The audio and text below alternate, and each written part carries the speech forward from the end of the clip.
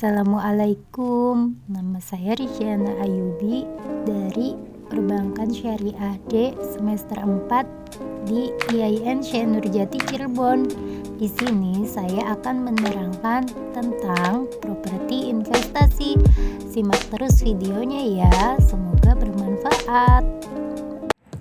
Yang pertama kita akan membahas definisi properti investasi. Menurut PSAK nomor 13 tahun 2015, properti investasi adalah properti berupa tanah atau bangunan atau bagian dari suatu bangunan atau kedua-duanya yang dikuasai oleh pemilik melalui sewa pembiayaan untuk menghasilkan rental atau untuk kenaikan nilai atau keduanya, dan tidak untuk digunakan dalam produksi atau penyediaan barang atau jasa atau untuk tujuan administratif dan tidak dijual dalam kegiatan usaha sehari-hari. Poin selanjutnya yaitu pengakuan properti investasi. Properti investasi harus diakui sebagai aset jika dua kriteria berikut terpenuhi menurut PSAK nomor 13. Yang pertama, manfaat ekonomis aset itu kemungkinan besar akan mengalir ke entitas di masa depan. Yang kedua, biaya perolehan aset itu bisa diukur dengan andal. Properti investasi pada awalnya diukur dengan biaya perolehan. Setelah pengakuan awal, entitas bisa memilih salah satu dari dua model pengukuran, yaitu model biaya atau model nilai wajar. Model yang dipilih harus diadopsi untuk seluruh properti investasi yang dikuasainya. Poin selanjutnya yaitu pengukuran awal properti investasi. Pada saat pengukuran awal, properti investasi yang memenuhi kualifikasi untuk diakui sebagai aset harus diukur sebesar biaya perolehan. Biaya perolehan tersebut meliputi harga pembelian dan setiap pengeluaran yang dapat diatribusikan secara langsung. Pengeluaran yang dapat diatribusikan secara langsung termasuk biaya jasa hukum, pajak penjualan, dan biaya transaksi lainnya.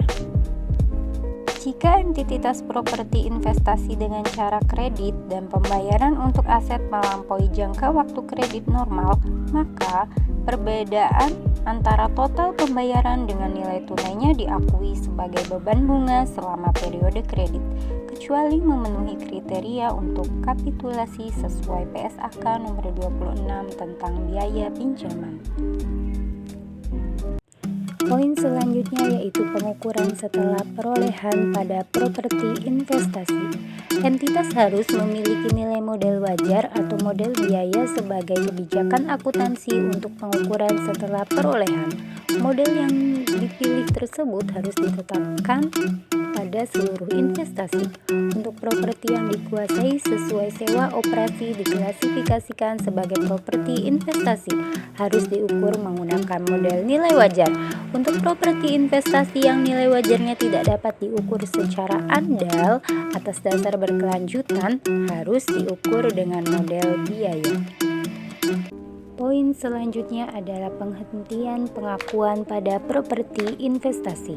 Properti investasi dihentikan pengakuannya pada saat pelepasan atau ketika properti investasi tersebut tidak digunakan lagi secara permanen dan tidak memiliki manfaat ekonomis di masa depan.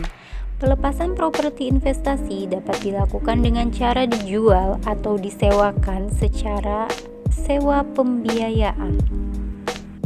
Apabila suatu properti investasi memiliki beberapa bagian dengan nilai yang signifikan, maka penyusutan tiap bagian tersebut dilakukan secara terpisah. Jika dilakukan penggantian untuk suatu bagian dari properti investasi tersebut, maka entitas mengakui biaya penggantian untuk bagian yang diganti tersebut di dalam jumlah tercatat suatu aset tersebut, dan jumlah tercatat dari bagian aset yang diganti tidak diakui lagi. Namun, jika bagian yang diganti tersebut bukan merupakan bagian yang disusutkan secara terpisah, maka biaya pengganti yang terjadi dapat digunakan sebagai indikasi untuk menentukan beberapa jumlah biaya bagian yang diganti tersebut. Penyajian properti investasi. Properti investasi disajikan sebagai bagian dari aset tidak lancar di dalam laporan posisi keuangan atau neraca. Selanjutnya, poin yang terakhir yaitu pengungkapan properti investasi. Pengungkapan yang diperlukan terkait properti investasi adalah sebagai berikut.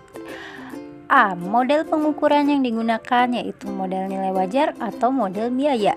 B. Apakah hak atas properti yang diperoleh melalui sewa operasi dikelompokkan dan dilaporkan sebagai properti investasi? Sekian yang bisa saya sampaikan, kurang dan lebihnya mohon maaf. Terima kasih. Wassalamualaikum warahmatullahi wabarakatuh.